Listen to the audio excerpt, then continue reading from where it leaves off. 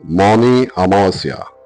मौनी अमावस्या में गंगा जी में स्नान करने से या गंगा जमुना सरस्वती जी का संगम प्रयागराज में स्नान करने से मोक्ष की प्राप्ति होती है। ऐसा क्यों कहा जाता है?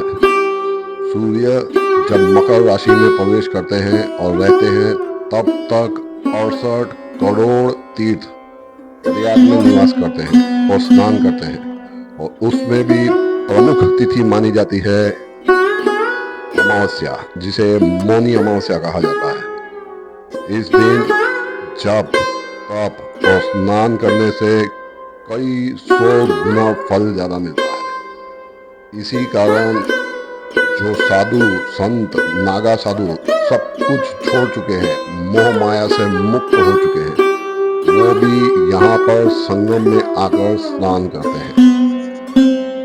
तो इंसान के पास में दो चॉइस है, या तो वो पूरे भारत भर में घूमे और साधु संतों के दर्शन करे जो मोक्ष के अभिलाषी हैं, तो उनकी तरह आप भी मोक्ष की तरफ आगे बढ़ेंगे, या फिर कुंभ में आकर उनका दर्शन करें, ध्यान करें, जप तप करें, तो आप भी मोक्ष के कुछ हद तक अधिकारी हो जाते हैं।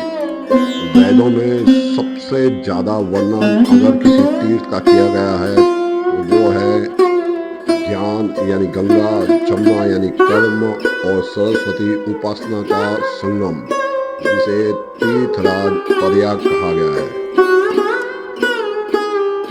किसी भी तिथि को गंगा जमुना जी के संगम तीर्थयाग प्रयाग में स्नान करने से कई गुना फल मिलता है। लेकिन अगर कुंभ का मेला हो और उसमें भी अगर अमृत स्नान हो, शाही स्नान हो, और सबसे बड़ा स्नान यानी कि मौनी अमावस्या का स्नान हो, तो अश्वमेघ यज्ञ का फल मिलता है।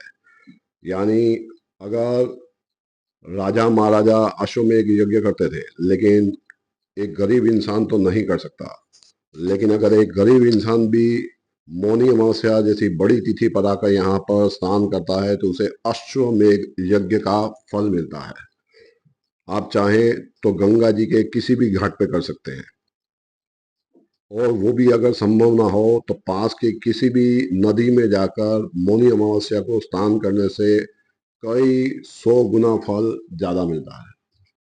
माघ मास की कृष्ण पक्ष की अमावस्या को मौनी अमावस्या कहा जाता है। रात से ही आप मौन व्रत धारण करते हैं, किसी से कोई बातचीत नहीं करनी है, सिर्फ मुख से भगवान विष्णु का नाम लेना है, पीपल की पेड़ की परिक्रमा करनी होती है और मौन रहना होता है। ऐसी ही अनसुनी कथाएं सुनने के लिए और धर्म के प्रचार के लिए सब्सक्राइब करें यूट्यूब चैनल रोज एक मंदिर का दर्शन, लोगों को भी फॉरवर्ड करें और धर्म के प्रचार में मदद करें। हर हर गंगे।